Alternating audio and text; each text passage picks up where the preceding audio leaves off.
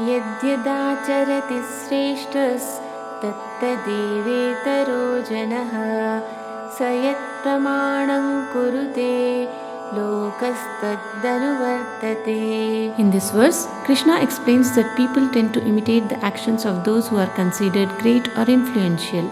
If a respected person acts in a certain way, others are likely to follow their example. Krishna is teaching Arjuna that leaders and influential figures have a significant impact on society. By setting a good example through their actions, they can guide others to act in positive ways. Therefore, it's important for those in positions of influence to act responsibly and ethically. Na me parthasti kartavyam trishu lokeshu kinchina nanavaptamavaptavyam varta evacha karmani. In this verse, Krishna reveals that even though he is a supreme being and has no personal duties or needs, he still performs actions. This is because he is setting an example for the world. Krishna's actions are not driven by personal gain, but are meant to guide and support humanity. By acting selflessly, even when he doesn't need anything, he shows that performing one's duties is important for setting a good example and maintaining the cosmic order. Yadiha yannavarteyai jatu karmanyatandritaha mama vartmanurvartante manushyaः partha sarvashah. In this verse, Krishna explains that if he, as the Supreme Being, were to stop performing his duties, everyone would follow his example and neglect their own responsibilities. This would lead to disorder and chaos in the world. Krishna emphasizes the importance of setting a good example through one's actions. Even as a divine figure, he performs his duties to guide and support humanity. By doing so, he helps maintain order and encourages others to act responsibly. Utsideyurime loka na kuryam karma chedaham sankarasya cha kartasyam upahanyami maf prajah. In this verse, Krishna explains that if he were to stop performing his duties, the world would suffer. He would be responsible for creating chaos and confusion among people.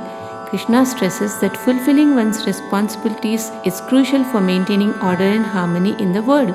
By performing his own duties, he prevents disorder and supports the well-being of humanity. This verse highlights the importance of fulfilling one's role to ensure the smooth functioning of society. Sattah karmanya vidvanso yatha kurvanti bharata kuryant vidvans tatha saktash In this verse, Krishna contrasts the actions of the ignorant with those of the wise. He says that while unwise people act with attachment to the results, wise individuals should perform their duties with detachment, focusing on the welfare of society. Krishna encourages Arjuna to act selflessly without being attached to personal gains. By doing so, he can contribute positively to society and fulfill his role effectively. This approach helps maintain balance and order in the world. Na buddhi bhedam janayet agyanam karma sanginam joshayet sarva karmani vidwan yuktas samacharan. In this verse, Krishna advises that wise individuals should avoid confusing or misleading those who are not knowledgeable and are overly attached to their actions. Instead, the wise should lead by example, performing their duties correctly and with dedication.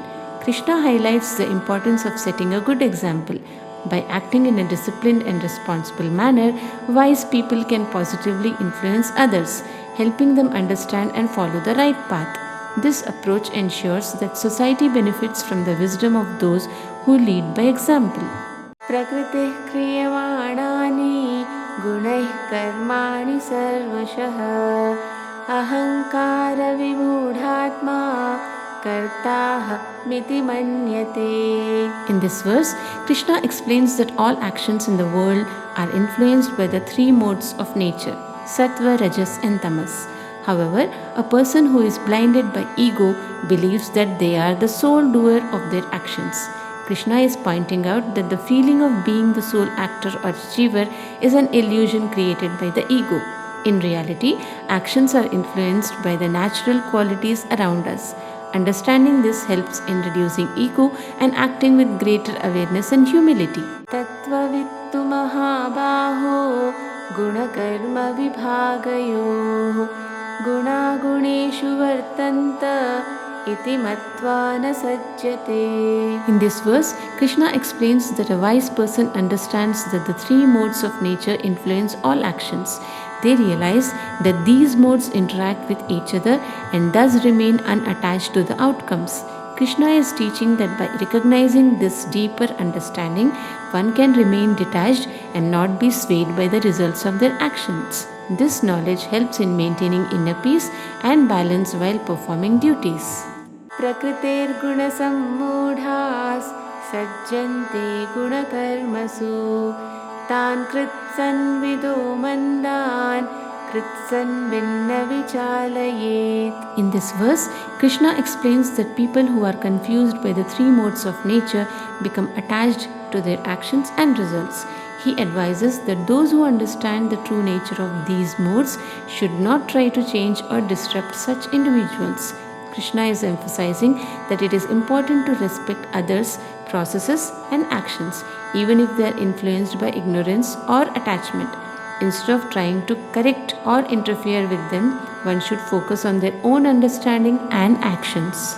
Mai sarvani karmani sanyasyaadhyatmacetasa nirashir nirmamo bhutva yudhyasva vigatajvaraha. In this verse, Krishna advises Arjuna to surrender all his actions to him, focusing on spiritual wisdom and detaching from desires and ego. By doing so, he should engage in his duty as a warrior without being troubled by inner conflicts or anxiety. Krishna is teaching Arjuna to act with a sense of devotion and detachment. This means performing duties without selfish desires and maintaining calmness and clarity. Such an approach leads to inner peace and effective action.